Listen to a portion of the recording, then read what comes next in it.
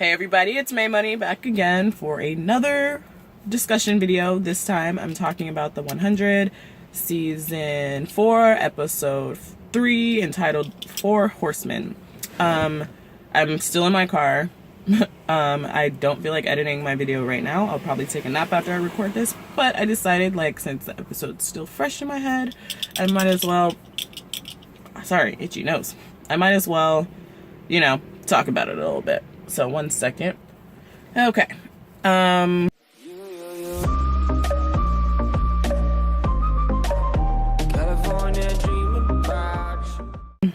So let's talk a little bit about this episode. Overall, I really enjoyed it. I thought it was very thought-provoking. There are a lot of dark moments in it, which I'm not surprised. Why am I surprised? This show is just full of dark themes, pretty much overall. So yeah, let's talk about it just a little bit. Overall, the episode was really good. Thought-provoking and very interesting. We're starting to see more of the radiation apocalypse kind of coming in on them a little faster than they anticipated. We can see that there's no fish. Fish are dying, and there's no insects. That was pointed out.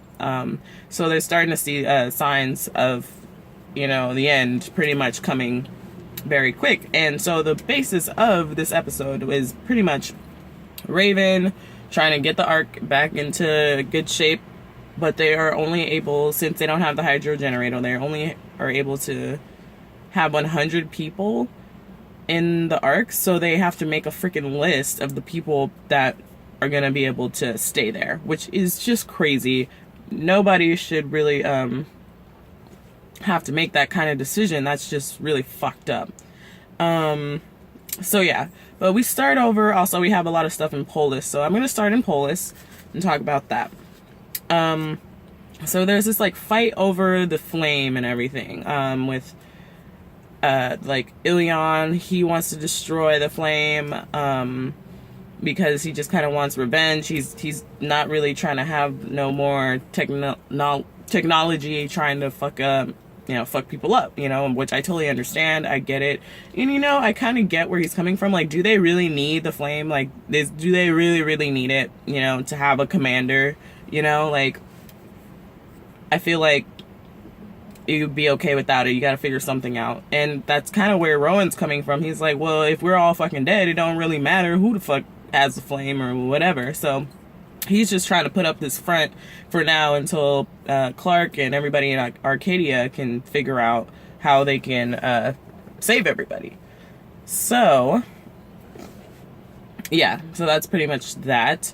Let's see, what else do I have? So we find out that Indra has a daughter, and is she like a flame keeper, or what is it with her? So I kind of think, so doesn't she go out and look for more Nightbloods and look for Nightbloods? Isn't that her job? I don't know. Her and Indra seem to have some type of beef. She seemed to be very devoted to her faith, and I guess that's just the spirit of the commanders and everything. So what Octavia does, after they're fighting and she almost kills her, finds out that it's Indra's daughter, I guess because she stole the flame from Rowan. They were out for her head pretty much. So they try to trick Rowan into thinking that it was some other dude. She beheads some other guy and brings him the head, and also brings him the destroyed flame. So, and Rowan's just don't tell nobody about this shit. Fuck it. We're just gonna, cause it is what it is. We still gotta keep this front up. Hopefully Clarke will come up with some type of thing before shit starts getting out of hand, where people are gonna start actually killing each other. So, and we didn't get any Kane this episode. I was wondering where he was at. We didn't see any of him. I guess he just wasn't needed. But, yeah. So that's pretty much the whole thing that was going on in polis. They're pretty much just trying to cover up the fact that everybody's gonna die until they can figure something out. So next, let's go to Arkadia. So first we have Raven, who had a funky ass attitude in this episode. I wasn't feeling it. I was getting a little irritated with it. I love Raven, but her attitude was a little off for me, in my opinion. She just seems so like bitter and salty about every single thing. Like, I'm sorry, but everybody's in the situation along with you. They're all trying to figure out ways to survive this apocalypse, this impending doom, and like you're not really helping with just like being a bitch. So calm it down, Raven. But yeah, like what the fuck is her problem? Like, she wasn't trying to give up no medicine. She was talking hella shit to Bellamy for the past like 2 episodes.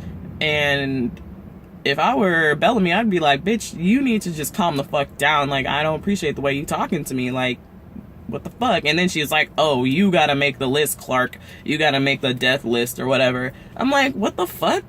Like, you can't just be putting that on people. So you have all this, you have so much to say, but then you don't want to write the list out yourself, you know? Like, you talking all types of mad shit, but when it comes to actually making the hard decisions, now you want to back out and pretend like, oh, you're the commander of Death, Clarke. You write the death list. Like, I just didn't really like that. I felt like that was just kind of like, well, bitch, if you want to write the, why don't you write the list? Why I always got to write the motherfucking list, bitch? So that was just a little, like, irked me just a little bit.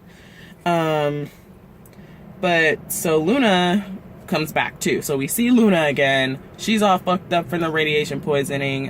Nico, I think, is with her. Is it Nico or Nico? However you pronounce his name. He's back, and I really like that character, so I'm glad he's back. And she has acute radiation poisoning or sickness, and so does her and her little friend, and the little girl that was with her ends up dying later in the episode. And we'll talk about that a little bit too, because that part was very interesting. But yeah, and Abby is another thing. Like, Abby is trying to save the little girl and like be like, okay, like, let's see if the medicine will fucking work, because like you kind of need to test it out to see if it's gonna work anyway. But Raven was saying no, we can't, because we can't give up any of our medicine. We have to ration everything. And Abby was telling her, like, you know, it's not like the radiation that's killing her, it's you. And you could see that Raven was feeling some type of way about what Abby had told her about that. But she was right. Like, you don't even gonna try to save this little girl. I mean, because if it does work, then maybe you can like figure something else out for your other people. Like, you might as well give it a try just to see the results. But yeah, so that was a deep part. And then Murphy, he was there. He was originally there to steal some shit, you know, steal shit for him and Amori. But then he kind of is like hiding out, finds out about the nuclear apocalypse, and feels really like sympathetic towards, you know, the little girl that's dying, because he went through the same thing with his parents, and his parents were floated for trying to save him and stealing medicine, which was kind of like fucked up. So that's why I really sympathize with Murphy. That's why I like his character a lot, because he's really just misunderstood. And he is the way he is just because people always give him like always got an attitude with him and always give him the short end of the stick. It's not his fault. He was a sick kid, and like his parents tried to save him. So that, I liked that, how he was involved with that and how he was just feeling really kind of bad. You can see internally he was feeling really bad about everything that was going on, and he wanted to try to save the little girl, so he stole the medicine, and he kind of like did the same thing that his parents did for him for that little girl, which I loved. I really liked that they put that in there, and that's the way it went down. But he also finds out about the apocalypse, so he goes back to Amori and is like, yeah, change of plans. We need to fucking go back to Arkadia and help out and get our asses into this fucking bunker. And we'll talk a little bit more about that later. But let's see. Let's go to this nice little day trip that we had with Bellamy, Clarke, and Jaha. So Jaha's like, hey, he got a little iPad or whatever. He like, hey, there's this dude, this like religious fanatic guy that, you know, he was waiting for the end or whatever, and so he like built this bunker and everything. And so they went to go see if the bunker was still like functionable for them. Maybe it could help them out, maybe they could save more people. So they go out, find this bunker, and there's a lot of little interesting conversations sprinkled in there. we see Bellamy and Clarke trying to have some hope, for, that this bunker may come through for them. And then we also have a moment where Jaha and Bellamy are speaking to each other, and he's telling, Jaha's telling Bellamy that, like, that, how do I explain this? That, Clarke is lucky to have him, in the leadership position, he keeps her balanced, keeps her centered and everything. And Bellamy was saying, no, it's actually the other way around. I'm the one that'd be losing it, without her, which I just loved because, yes, it's very true. Bellamy needs Clarke to stay centered. Otherwise, he's an emotional guy. He's very sensitive and he has a big heart, and, he really, really cares for Clarke. You can really tell. So I liked that little moment where he was saying, no, like, I need her. She's okay. But, and you can see that Bellamy is really having a hard time forgiving himself for the things that he's done. But Jaha was saying, like, the things that you've done, you made mistakes, but also, like, you have a good heart, and the things that you do, you thought you were doing the right thing. You may have been misled down a wrong path, but again, that was without Clarke. So we see that without Clarke, fucked up shit happens with Bellamy. But yeah, he's just like, how many people do you have to save to forgive yourself, like, and all that. So there's just that question of redemption with Jaha and with Bellamy. They're both, like, kind of like trying to be on a redeeming arc. And so I'm kind of glad that Jaha is at least trying to help out and trying to, like, come up with solutions to help them out, because he knows what the fuck is up, and I don't think he wants to go dying in a nuclear apocalypse either. So they can finally kind of come to an agreement at least. But I was a little bit confused once they finally got into the bunker. Like, what was wrong with it? Like, I couldn't really see. It was kind of like a glare on my computer and everything. I might have to go back and check that out. But it was just like, was everybody dead? Like, what happened in there? Was everybody, like, all... Like, what happened? I don't know. Why wasn't the bunker, like, a thing that they could use? Maybe they could fix it up. It's still, like, an area. I don't know. It seemed like it didn't work for the people that were in the bunker. I don't know. I was confused about that. So let me know if anybody can help me clarify what the fuck was wrong with the bunker. So they ended back up in Arkadia hella quick. And we see when they get back that Clarke is making the list of the 100 people that can stay inside the Ark, which is just fucked up. I mean, that is just like a really fucked up thing to have to even do. Like, nobody, I wouldn't put that on nobody to have to try to make that type of decision. That's just so fucked up. But she's making a list and she's just having a hard time, you could tell. And I just love the moment where she's just watching Bellamy sleep, and I'm just like, oh my god, this is like my dream come true. And he just looks so peaceful, and you could really tell that she really cares about him.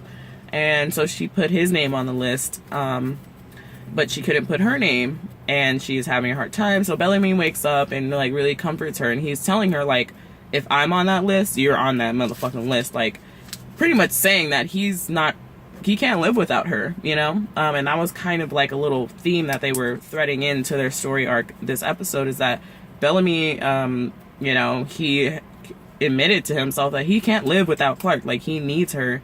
So he's like, no, if you're on the list, if I'm on the list, then you're on the fucking list, because there's no way that Bellamy is splitting up from her again. Like, I don't see that happening anymore. Like, they need to just stick together and just work out their everything as a team, because they really do complement each other. And I just love how their relationship is starting to really progress. She still needs time to grieve over Lexa and everything else, but after a while, I really see them, like, really coming to a point where they're gonna admit some feelings for each other, and I'm really excited about that. So fuck it. Well, I'm just waiting, and I'm loving the slow burn for now. I'm just loving, like, it's already so prominent, like, that I don't really need them to, like, officially be together, just because I love their relationship already. Like, we know that they have feelings for each other. Clarke, she's a little different, the way that she kind of, like, shows her feelings, or lack thereof, I should say. But Bellamy is definitely kind of bringing the cat out of the bag when it comes to his feelings towards Clarke. So I'm excited to see how that all plays out. But I was really liking that this episode and their relationship, and just Bellamy saying, like, I need her. Like, I need her, otherwise I go off the fucking hinges, you know? And like, if anything were to happen to Clarke, Bellamy would just be devastated. And I don't want to see any of that at all. So yeah, let's talk about next week, what will be happening next week. So we saw it looked like the Black Rain's finally gonna come, and oh, and at the end, Luna was like, cool, after, you know, so she like started to heal up hella fast, and the only thing that was different was like the fact that she had Nightblood. So they're gonna start kind of looking into that. Hopefully they can figure out a way to get Nightblood into everybody, or how to get Nightblood, or whatever. Start doing tests and shit.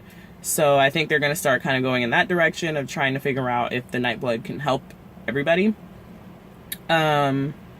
But since like Luna is like the freaking last one, like, I guess Luna gonna be cool and everybody else gonna be dead except for the 100 people inside of the Ark. Then we have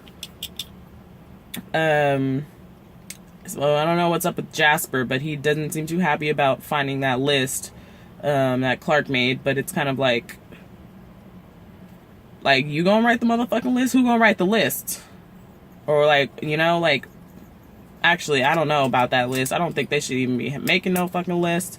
If y'all gonna die, then y'all need to die together. I don't know, like, choosing 100 people out of 500 people to live or die, that is just like fucked up. So we're gonna see where that goes, what happens with that. And then so it looks like Jasper is gonna be a problem next episode, and the Black Rain's coming. And one thing that I do kind of predict, I think Murphy, since he's going back and he's like, let's help out, because he wants to be on the other side of the door, he wants to be a survivor. And I think in the trailer, he's like talking to Clarke. I think he was yelling at her about like the fact that he saved her life, so like he needed to be on that motherfucking list. I think he's arguing with her about like being one of the 100 people inside of the Ark. So yeah, that's all I really see coming for next week or weeks ahead. I really liked the episode. I really want to see more Bellamy and Clarke starting to really get together a little bit more. And yeah, I really loved the episode, and I can't wait for next week. And let me know, like this video. Hopefully you liked my discussion, just recap of this. I know I'm in my car, it's weird, but I don't have anything else to do right now, so I said fuck it, I might as well go for it. And yeah, like, comment, let me know your thoughts on the episode. I really want to know what you guys are thinking, what's going on with next week, and answer that question I had earlier about like what the fuck was wrong with that bunker. I couldn't really see. I'm gonna go back and watch it myself, but if anybody knows what they said and everything, let me know. Let's talk about that. And yeah, I'll see you on Sunday and Monday for The Walking Dead, and yeah, same old shit. So thanks so much. Follow me on Twitter and Instagram and Snapchat to get updates about when I'll be posting, and also just to get to know me better. Thank you so much for watching, everybody, and I will see you very, very soon. Bye.